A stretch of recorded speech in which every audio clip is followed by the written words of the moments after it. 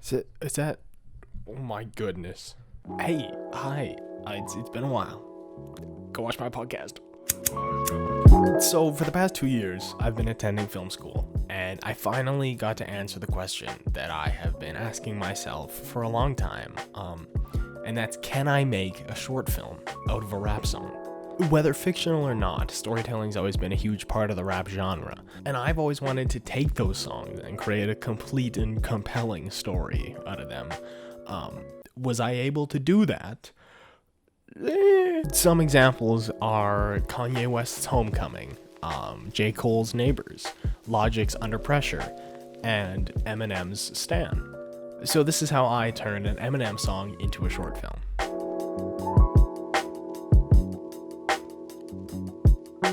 So the first obstacle that I had to tackle when creating this was deciding who I wanted the film to be about. If you've never heard the song Stan, basically the premise of it is it's from the point of view of a superfan of Eminem who is writing all these letters talking about how he loves Eminem and how he wants to meet him and all this stuff. And then inevitably he dies before he gets to meet Eminem. So I had to decide, okay, am I just gonna completely rip off the song and copy it word for word and do the entire story from the perspective of the superfan, or could I flip it on its head? And could I be a little more creative and do it from the point of view of actually Eminem experiencing all this stuff? I figured that if I did it from the point of view of Eminem, I would have more to actually show rather than just a guy sitting at a desk writing notes, you know what I mean? So I had the point of view down, but the hard part about that was that the song never talks about anything that Eminem's doing. Like, it focuses so much on Stan's point of view. So I had to just completely pretty much fabricate some plausible things that Eminem would be doing and how in the world he would discover that this super fan of his died. Yeah, he just made food, which means that he would have to go on his computer. He goes on his computer and he looks up the situation, or he goes on his computer. No, he goes with his food to watch TV. No, because he was just watching TV. He goes on his computer to watch YouTube or something, and he gets a Twitter notification from the news place that the police have uncovered an audio recording, and they upload the audio recording. He listens to the audio recording. The audio recording then tells him that it was his fault. The second hardest part about the whole writing process of it was actually implementing dialogue into it. If you think about it, a film about one dude witnessing a car crash happen and then writing a letter, there is no dialogue involved in that whatsoever. And if there's one thing that I've learned from the films that I have made, is that dialogue is critical. And if you don't have good dialogue or any dialogue, your story is going to be extremely confusing. So the little ways that I found to weave dialogue in there were through the news report, through him talking to himself casually, and then the big one was actually finding the voice recording that Stan leaves while he's crashing the car. But that brought an entire new set of problems to it because it all rhymes. So what I had to do was, little by little, take all of the lyrics in the song, because I wanted it to be as authentic as possible, and then had to unrhyme them. But anyway, once I got it all down, I'd written my script, I had figured out how in the world I was going to implement dialogue into it, and how in the world Eminem was going to be at all interested in this Stan guy. It now actually came time to film it. The difficulty that we had with approaching this project, is that we had a budget of $0. All of the equipment that we used was all provided by the school, and every place that we shot was all free to use, which was really nice, the fact that we didn't have to pay for any of it.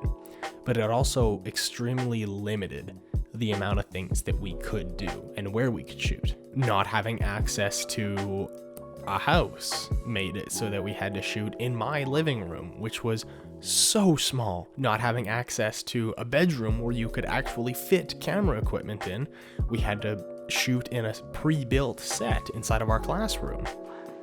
Junior. What? Junior Soprano. Is that his name? Yeah. But the biggest challenge of it all was the bridge. There aren't many people on YouTube that walk you through the process of creating student films and what actually goes on during student films, rather than like, you should do this.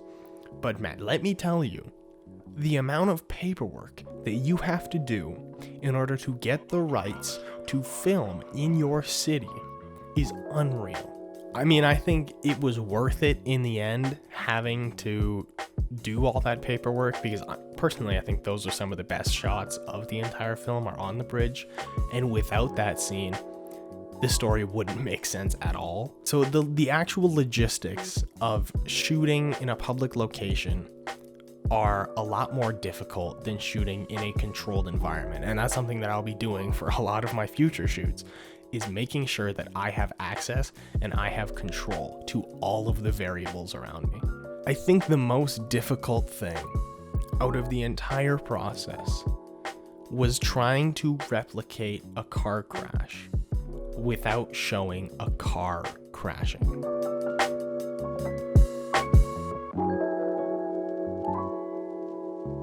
Obviously, as film students, we didn't have access to crash a car. So what we had to do is try to simulate a car crash as best as we could. This involved finding audio clips online and recording Foley audio clips, mixing all of them in order to sound like they're in the environment. Let me take you over to the computer and actually show you what I did to achieve this. Okay, so here we are in Audacity, which is a free sound recording and editing software. And this is where I mixed all the sounds together in order to create the crash. So as you can see here, there are plenty of layers. So I want to take you step by step through the actual layers of this and how I created this effect. So starting with the basics of it all, I had to ground it in reality. This meant I actually had to have some sounds recorded on site on the overpass. So these two tracks up here are exclusively just sound that we recorded on the day.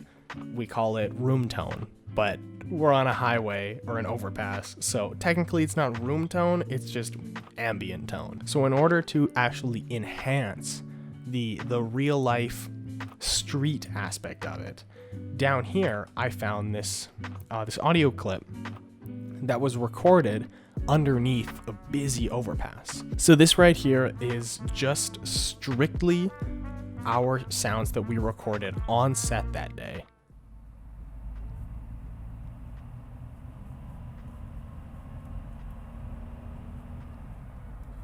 And then here are the actual street sounds that I pulled off online.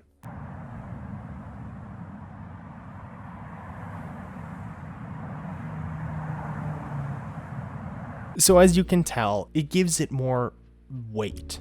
So the next thing I had to do was actually create a crash sound. And the problem with it is that all of the crash sounds I could find on the internet were all really fake sounding. So something I had to do in order to enhance that actual realism of the crash is layering it. So I have 3, maybe 4 different layers of actual crashing sound effects. Some of them are of cars crashing, some of them are of just glass breaking and stuff like that. But layering them is what helps add that realism. Another thing that I found really helps with grounding audio into the world is reverb. Just using a tiny little bit of reverb can give it that kind of, it's not an echo, but it just makes it feel less fabricated, basically, is what I'm trying to say. So these are the 3 crash sounds that I pulled from online. I'll show them one by one, and then I'll show them all layered together.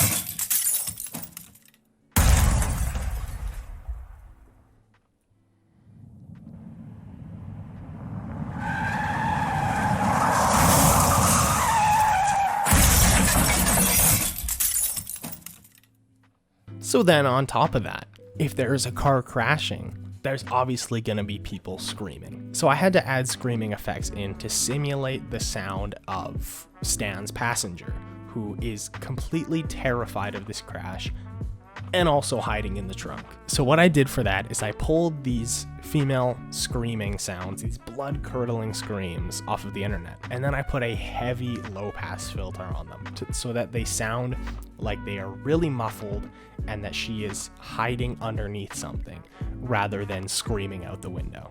I actually layered a couple screams on top of each other for this one again too, just to add those extra powerful screams once the crash actually happens and then once they submerge underwater.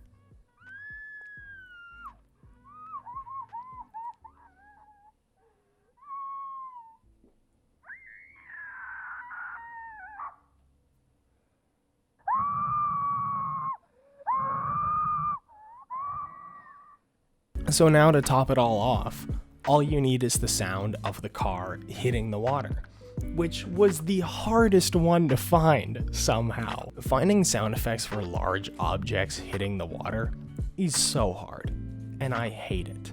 So like most other things, what I had to do was layer 2 audio clips on top of each other to make a bigger, heavier splash sound.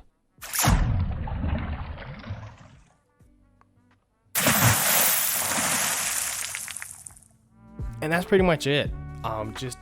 It all came down to layering all of these many sound effects on top of each other to make this just big, messy crash sound.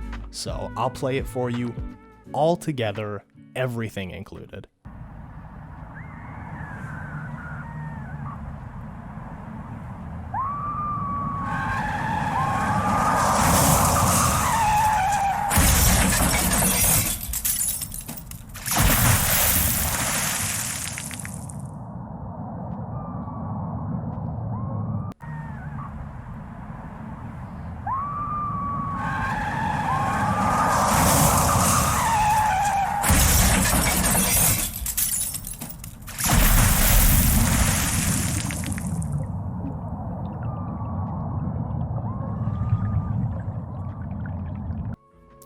Now, I know that this isn't the best piece of film out there, and believe me, I have continued to learn from this, because I made this back in December, so I have learned a lot from it, but it would mean a lot if you guys went and go watched it.